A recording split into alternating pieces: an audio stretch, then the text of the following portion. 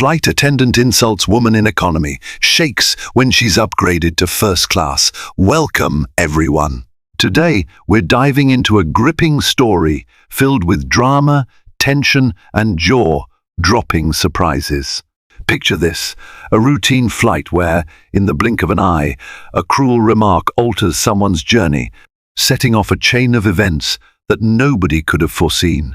It's a tale of an unexpected turn of fortune, where an insulted economy passenger finds herself propelled into an exclusive world of luxury.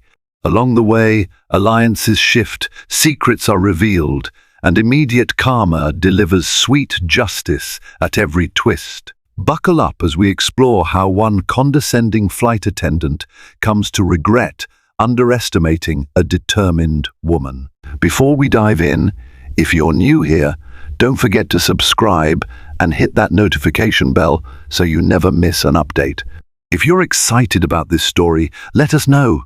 If you enjoyed the video, press 1. If not, press O.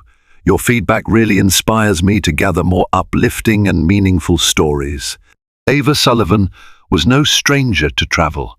As a seasoned public relations specialist, she had crisscrossed the country more times than she could count, usually in the realm of economy class.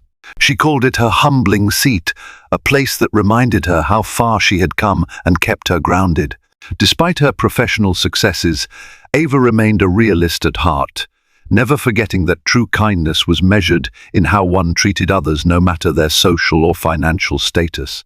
On this particular day, Ava found herself in a crowded terminal at John F. Kennedy International Airport in New York City.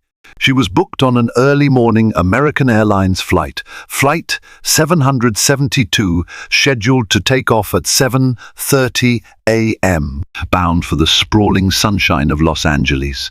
The trip wasn't purely for business this time. She'd wrapped up her latest PR campaign successfully and decided to extend her stay in the City of Angels for a short holiday. Her best friend, Tanya, lived there, and they planned to celebrate Ava's birthday in style. Once her work obligations were done, dressed in a comfortable yet chic outfit, black leggings, a loose white blouse, and simple flats, Ava exuded a relaxed confidence. She had checked in her luggage the night before to avoid lines, so all she carried was a small purse and a laptop bag. The overhead announcements crackled, instructing passengers of Flight 772 to begin boarding in groups. Ava sighed in mild relief. She had assigned seating in Zone 4. At least she wouldn't be among the last to board. She pulled out her phone, sent Tanya a quick text telling her she was about to board, and then proceeded to the gate. In the bustling, winding line of travelers, Ava barely noticed the flight attendant scanning tickets. People moved quickly through the barrier until it was her turn. She smiled politely at the flight attendant, a slim, impeccably groomed woman with a tight bun, bright red lipstick, and a name tag that read Marcia. The flight attendant offered a cursory smile that, to Ava, felt a little forced, as if it were plastered on, out of obligation rather than genuine warmth. "Ticket, please," Marcia said, though she didn't sound particularly interested in courtesy. Ava handed over her digital boarding pass on her phone. Marcia's eyes darted quickly across the screen. As soon as she saw Ava's seat assignment 26B, a middle seat in economy, she raised an eyebrow and mumbled something under her breath that Ava couldn't quite catch. Ava tried to overlook it. She'd encountered curt airline employees before, and it was rarely personal. People had bad days. She nodded politely in thanks once Marcia finished scanning her ticket, but as she turned to proceed down the jetway, Marcia offered a parting shot that froze Ava in her tracks. "Try to keep out of the way once on board, all right? Some folks are actually flying for important reasons." The words were muttered at a low volume, presumably to avoid detection by other passengers or Ava herself, but there was no mistaking the disdain in Marcia's tone. Shocked, Ava glanced back. Their eyes met, and for a moment, Ava thought she must have misheard. She opened her mouth to respond, but Marcia had already diverted her attention to the next passenger, flashing that same shallow smile and gesturing for them to move along. Ava felt heat rise in her cheeks, a mix of embarrassment and indignation swirling in her gut. She was used to dealing with challenging personalities as part of her job, but this felt oddly personal, unwarranted, and unnecessary. She inhaled, then let it go. Confrontation in the narrow boarding corridor would do nothing but escalate tensions. The best course of action was simply to get to her seat, settle in, and forget it ever happened. Inside the Boeing 777, Ava moved through the compartments until she reached the economy section.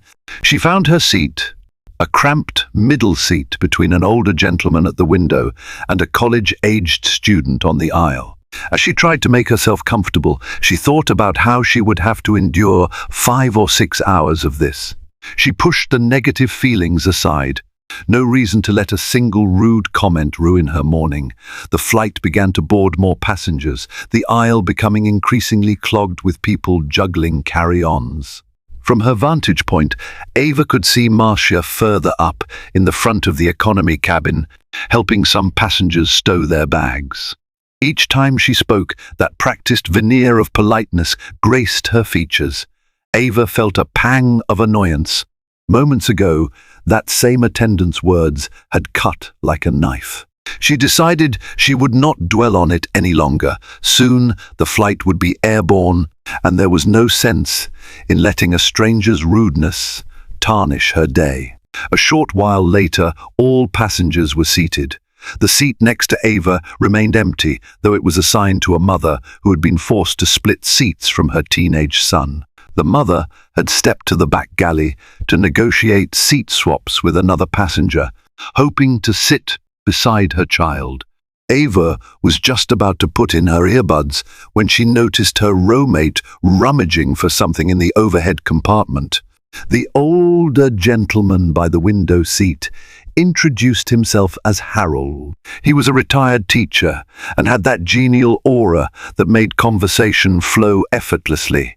Before long, they were chatting about everything from the unpredictability of the airline industry to the best places to eat in Los Angeles. It was refreshing, and Ava felt her earlier tension begin to dissipate. Despite the full flight, there was a small flurry of movement up front. Suddenly, a tall man in a crisp navy suit strolled down the aisle, accompanied by another flight attendant, a man named Carlos, according to the badge pinned to his neatly pressed uniform. Marcia was nowhere to be seen, and Carlos seemed to be scanning row numbers and occasionally checking an iPad he held. The tall man looked somewhat official, but Ava couldn't immediately place who he might be. He exuded an air of authority, shoulders back, head high, decisive stride. At last, they stopped around Ava's row. Carlos leaned over to speak to Harold, who nodded, then unbuckled his seatbelt and followed both men toward the front. Ava was puzzled. Had something happened to Harold? Was he being upgraded? Or was he needed to answer some question? She craned her neck over the seat to see if she could catch a glimpse of what was going on, but all she saw was the back of the navy suit as it receded toward the front cabin. 15 minutes passed. Passengers who had been standing were now asked by the captain to take their seats. Flight attendants glided through the aisles, checking seat belts and overhead compartments.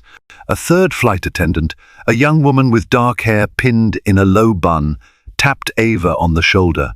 "Miss Sullivan?" she asked softly, flipping through a small roster. Ava nodded. "Hi, I'm Alina.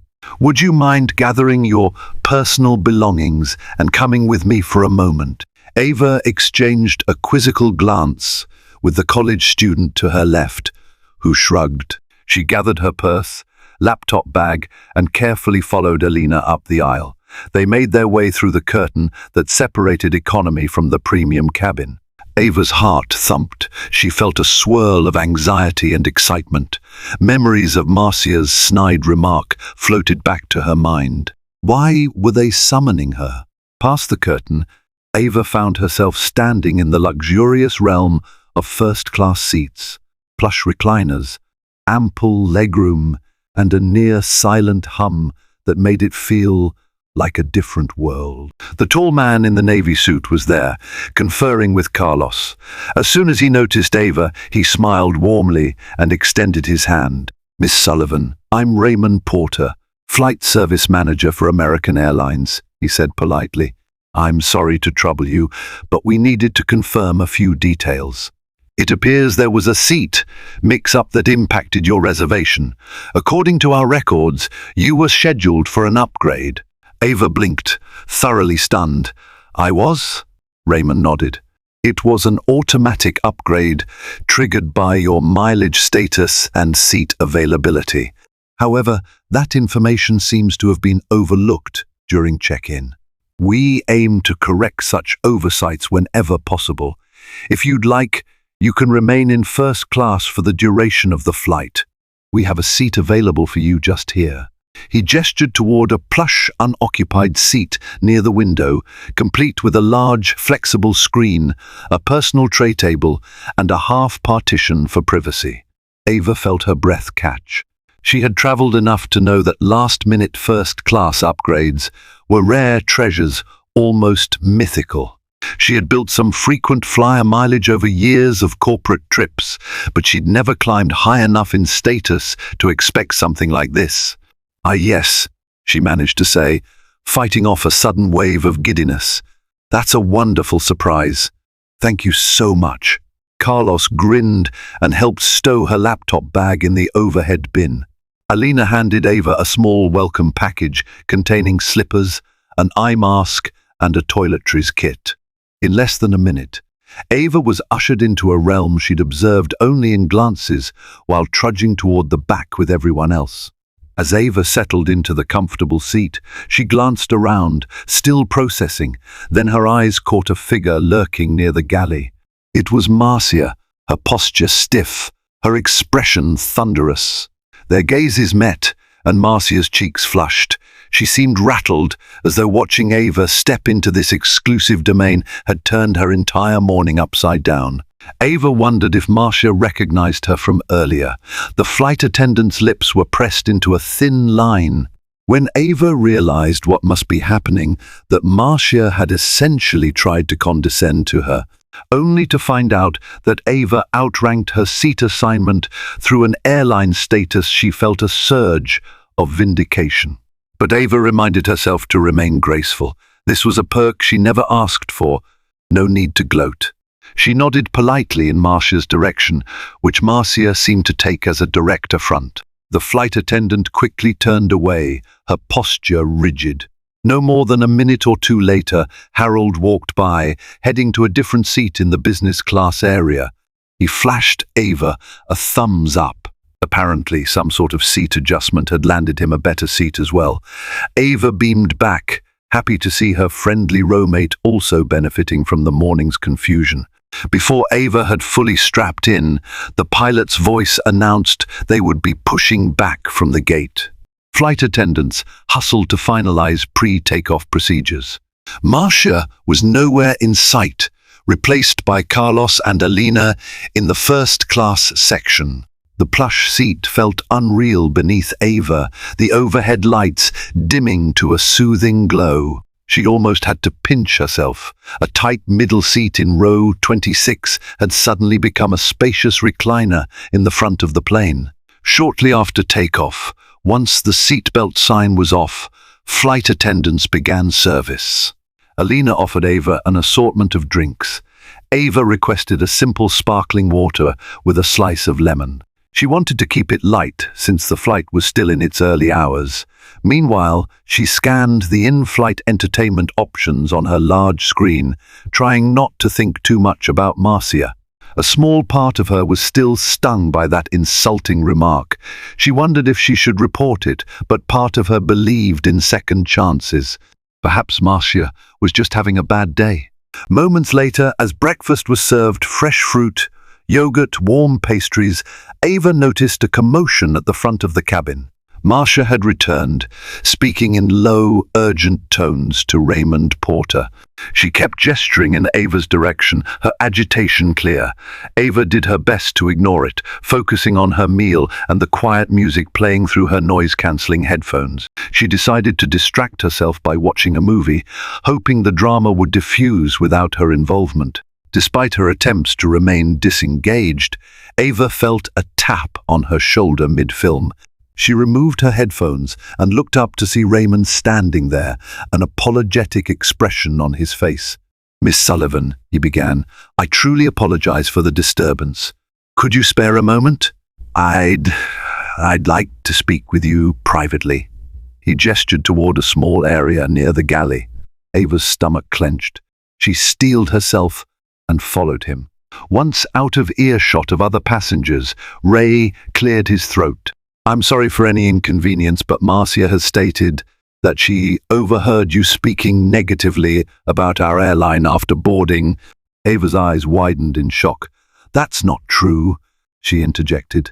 "I didn't say anything beyond hello and thank you."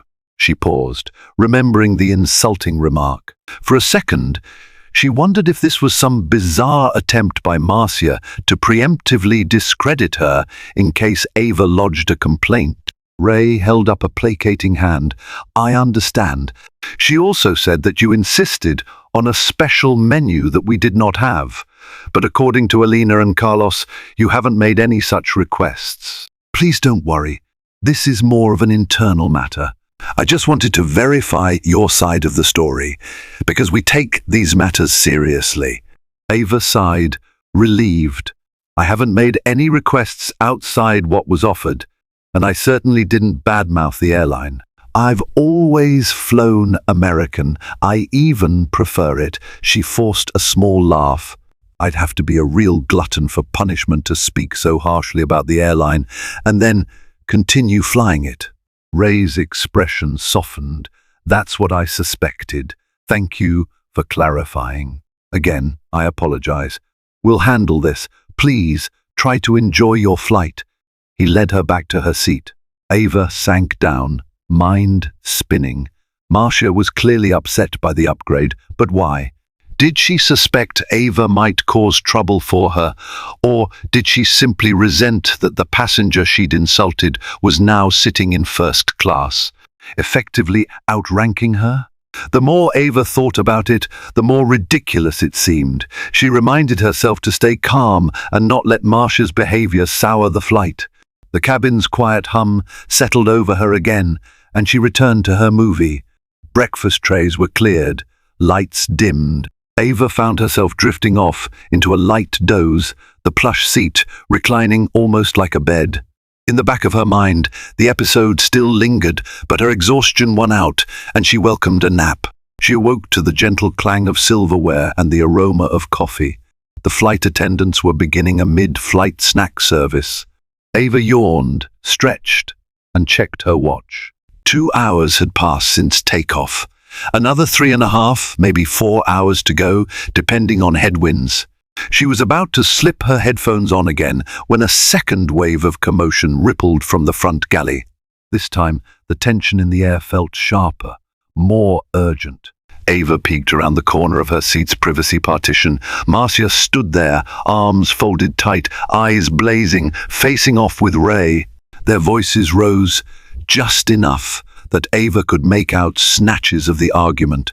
"Simply refuse to do it," Marcia hissed. "I told you the seat was occupied." Ray's response was too hushed for Ava to catch, but the expression on his face told her enough. He was losing patience. Behind them, Carlos and Alina hovered, looking uncomfortable. Nearby passengers shifted in their seats, trying not to stare but clearly unable to ignore the spectacle unfolding in first class. Suddenly, Marcia slammed her open palm against the countertop in the galley. The sound echoed through the hush of the cabin. A startled hush fell over the first-class passengers. Marcia clenched her jaw and stalked away, disappearing behind the curtain leading toward the flight deck. Ray ran a hand over his face, exasperated. He turned to say something to Carlos and Alina, who both nodded. Then, as if recollecting that they had spectators, Ray quickly composed himself and strode back into the front galley. Ava's nerves tingled with curiosity, but she forced herself to remain seated. She didn't want to insert herself into a situation that clearly had more layers than she understood. It was enough to know that Marcia's behavior was spiraling. Perhaps she was dealing with personal problems, or she was unfit for duty that day. Whatever the reason, her meltdown didn't bode well. She tried to refocus on the in-flight movie, letting the soft background music lull her into calm. But only a few minutes later, that calm was shattered. A panicked voice rang out from behind the curtain. "Monsieur A.M., ma'am, are you all right?"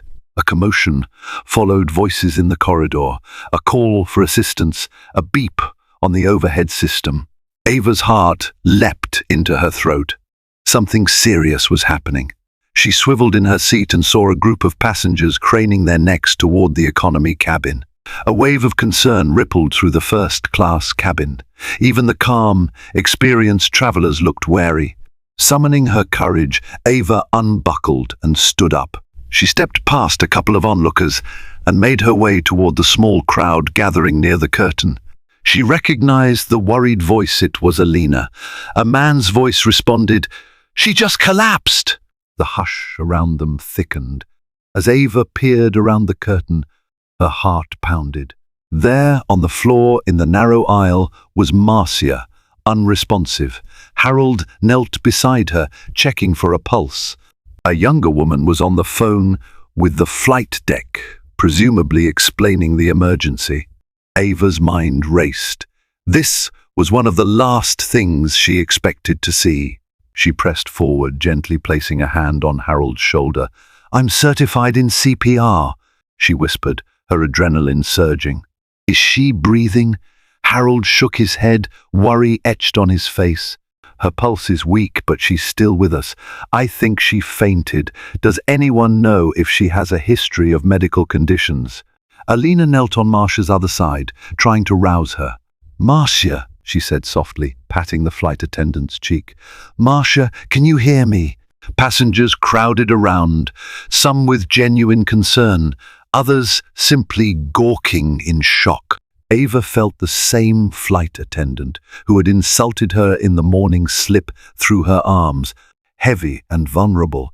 In that moment, all of Ava's anger dissipated. Seeing Marcia in such a fragile state made the morning's pettiness seem trivial. Ava sprang into action, asking a passenger to pass the small medical kit from the overhead storage. Within minutes, Ray arrived, carrying the plane's emergency medical kit and an oxygen tank. Another passenger, a pediatric nurse, joined Harold and Ava. They administered basic first aid measures, checking her vital signs, loosening her uniform collar to give her more room to breathe, and positioning her on her side. Gradually, color returned to Marcia's cheeks. Her eyelids fluttered open, and she focused with visible difficulty on the concerned faces around her. A strangled groan escaped Marcia's lip. She seemed disoriented but conscious. Carlos arrived with a bottle of water. They handed it to her. Slowly she sipped, grimacing as if nauseated. Ray placed a gentle hand on her shoulder and spoke with quiet authority. "Marcia, you'll be seated for the rest of this flight. No more duties. We need you to rest. Understand?" Marcia nodded weakly, though she looked as if she wanted to argue. Ava slipped back, giving them space, while Harold and the pediatric nurse continued to monitor her. Passengers gradually dispersed, relief permeating the air now that Marcia was stable. Some murmured about what might have caused her collapse: dehydration, stress, low blood sugar. No one was sure. Ava retreated to her first-class seat, feeling rattled. She had just witnessed her one-time tormentor in a truly vulnerable moment. Everything that morning had been overshadowed by this dramatic turn of events. She stared out the window, the endless blue sky, a stark contrast to the turbulence unfolding inside the cabin. About an hour later, the captain announced they would be making a slightly expedited flight to Los Angeles and requesting a medical team to meet them upon arrival. According to Ray, Marcia was stable enough not to require an emergency landing, but they'd remain cautious. Despite the tension, the rest of the flight proceeded as calmly as it could. Passengers kept their voices hushed, and the flight attendants not involved in caring for Marcia tried to maintain a professional, reassuring demeanor. By the time the plane touched down at LAX, the entire cabin seemed to exhale in unison. Paramedics boarded swiftly, and while Ava was preparing to disembark, she saw them help Marcia, pale but conscious, onto a small wheeled stretcher to take her off the plane. A wave of pity washed over Ava. Moments earlier that day, she'd been bracing herself to complain about Marcia's rudeness. Now she felt only concern. As she made her way into the terminal, Ava spotted Ray near the gate, speaking with airport medical personnel. He caught sight of her and excused himself from the conversation. "Miss Sullivan," he said, stepping forward and lowering his voice, "I wanted to personally thank you for your help back there. It meant a lot." Ava shrugged, feeling a bit awkward. "I did what anyone with basic CPR training would do. How is she?" Ray sighed. "She's stable." They suspect it was a combination of dehydration and a pre-existing heart condition. She hadn't disclosed. Stress probably worsened it. "I appreciate your compassion, especially after, well, you know." Ava nodded. "She made a mistake, sure, but I hope she's all right." Ray studied her for a moment, then offered a kind smile. "I won't forget this, Miss Sullivan. And please, if you experienced any harassment or distress, our corporate office would want to know. I'd be happy to facilitate that conversation, but if you choose to let it go, that's completely up to you." She realized this was her chance to lodge an official complaint, likely jeopardizing Marcia's job. But something in her heart resisted. A humiliating episode had already befallen Marcia. Immediate karma, some would call it. She'd shown cruelty and then found herself in dire need of help. Ava decided that was enough retribution. "Thank you," she said softly. "If it's okay, I'll just fill out a short report and leave it at that. No need for anything more drastic. I don't want to see her fired, especially if she's dealing with health issues." Ray nodded. "Understood. Safe travels, Miss Sullivan. And again, we apologize for everything." Ava offered him a parting smile and continued toward baggage claim. Already, she could see Tanya jumping up and down in the distance, her arms waving in greeting. Ava quickened her pace, a surge of relief and joy washing over her. The entire flight had been an emotional roller coaster, from the biting insult to the unexpected upgrade to the life and death scare in the aisle. Now, all she wanted was a few days of carefree rest with her best friend. Tanya enveloped her in a warm hug, oblivious to everything that had transpired.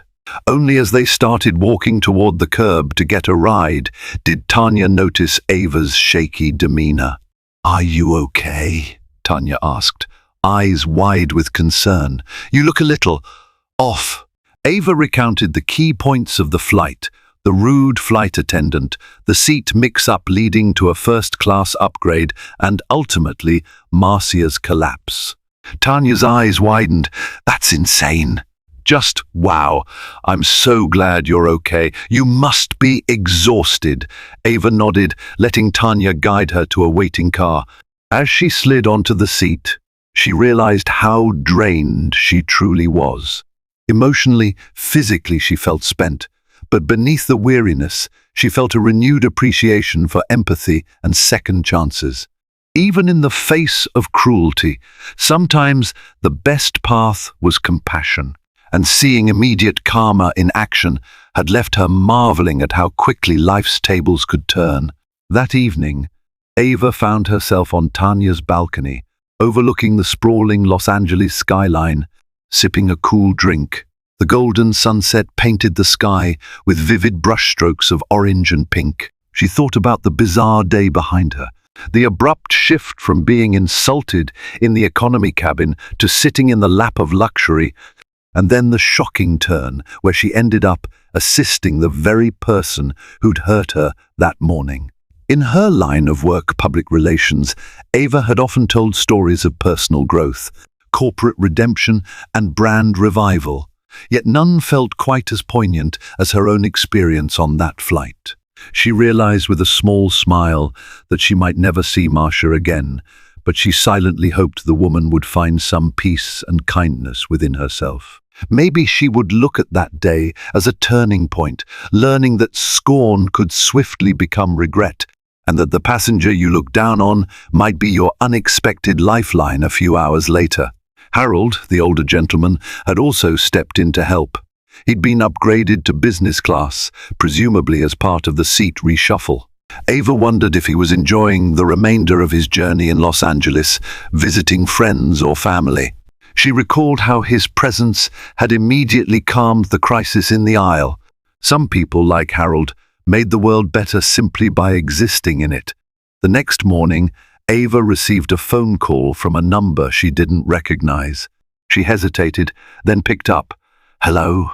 she asked, balancing the phone carefully as she rummaged for her car keys. "Miss Sullivan?" An unfamiliar female voice said, "This is Teresa from American Airlines Customer Service. We received word you might be open to providing a brief account of yesterday's incident, just as a formality for our internal records. Is this a good time?" Ava sighed. She glanced at Tanya, who was mouthing "What's wrong?" from across the room. Ava shook her head reassuringly and mouthed back "Airline." Then she stepped away, pressing the phone closer to her ear. She kept her statement short, focusing on the facts. She mentioned Marcia's comment at boarding, which had caught her off guard. She explained how, despite that negativity, she chose to help when Marcia fainted. She avoided editorializing. Teresa listened attentively, occasionally typing notes. "So you won't be filing a complaint for harassment?" Teresa clarified. "No," Ava replied, voice firm. "Not beyond noting what happened." Teresa sounded grateful. "I understand. Thank you for your cooperation, Miss Sullivan. As a gesture of apology and appreciation, we're adding 10,000 bonus miles to your account. We hope you'll continue flying with us. We can't thank you enough for your calm and compassionate response." Ava found herself smiling. More miles, more flights, more adventures. She thanked Teresa and concluded the call. Tanya arched an eyebrow when Ava hung up. "So, you're not complaining?" she asked softly. "No," Ava replied. "I think she'll be going through enough as it is." Tanya nodded, then wrapped an arm around Ava's shoulders. "You're a good person," she murmured. They spent the rest of the morning planning Ava's birthday celebration and exploring local cafes, eager to wash away the emotional weight of the previous day. A few afternoons later, Ava sat in a chic coffee shop in Beverly Hills. Sipping on a latte, she briefly checked her email. Nestled among the usual spam and work messages was one titled, "Thank you from American Airlines, a note from Marcia R." A chill darted down Ava's spine. She clicked on it. In short, staccato sentences, Marcia apologized. She acknowledged her rudeness at boarding, blaming it on personal stresses that were not your fault. She thanked Ava for assisting when she collapsed, admitting she was both shocked and humbled. The note ended with a hope that one day their paths might cross under better circumstances. It wasn't a grand, eloquent apology, but it was something. Ava felt her shoulders relax. Sometimes, immediate karma was the best teacher. She typed a brief reply, "Thank you for your note. Take care and get well, Ava." She closed her laptop, feeling a sense of closure. With each sip of latte, she felt the events of that fateful flight drifting into the past, replaced by the warm promise of a new day. Maybe that was the greatest twist of all, that an insult could be overshadowed by an act of humanity. And in the end, both she and Marcia walked away changed, if only a little. In the days that followed, Ava enjoyed the city's famous beaches, tried out local eateries, and met up with old friends. She even confided in Tanya how bizarre it felt to see karmic justice unfold so quickly: insult in the morning, upgrade by noon, medical crisis by mid-afternoon, heartfelt apology by nightfall. Life could truly twist itself in unexpected knots. Her birthday celebration was a smashing success. She felt freer than ever, buoyed by the knowledge that she had chosen empathy instead of vengeance. The story she would forever carry was that you never knew when a casual cruelty might turn into your biggest regret, or how someone else's compassion could become your saving grace. When the time came for Ava to board her return flight, she did so with a lighter heart. She didn't expect first class again, but she didn't mind either.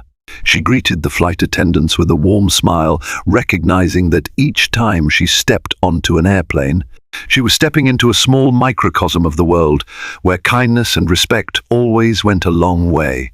Thank you for joining us on this turbulent journey, where the sting of a careless insult was met with a heart-pounding dose of real-life drama and instant karma. We saw how swiftly fortunes could change, proving that humility and kindness can emerge from the most unexpected places. Whether you're navigating the crowded aisles of economy or reclining in first-class comfort, remember that we're all on this flight together. Helping each other makes everyone's trip smoother. If you enjoyed this story, be sure to give this video a thumbs up, share it with your friends, and subscribe to our channel for more incredible tales. Until next time, travel safely.